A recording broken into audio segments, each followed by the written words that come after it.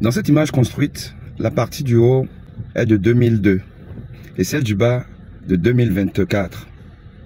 Et cette image parle du même événement, du même contexte, c'est-à-dire la mobilisation contre l'extrême droite.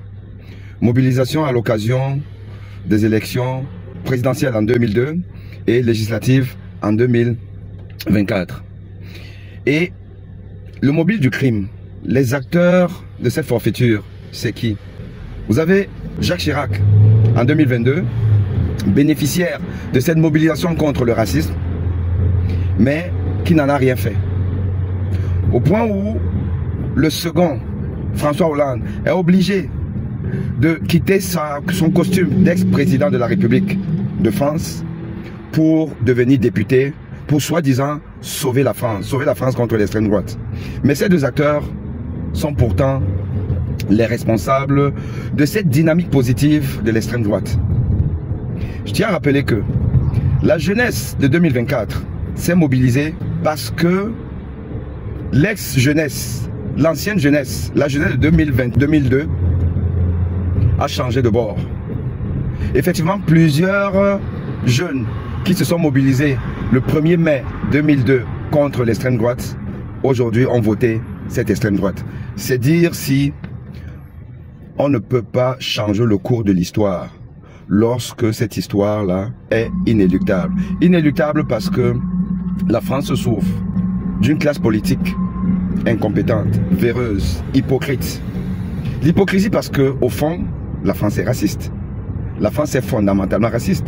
Tous les hommes politiques, de gauche, de droite, appliquent des politiques de discrimination.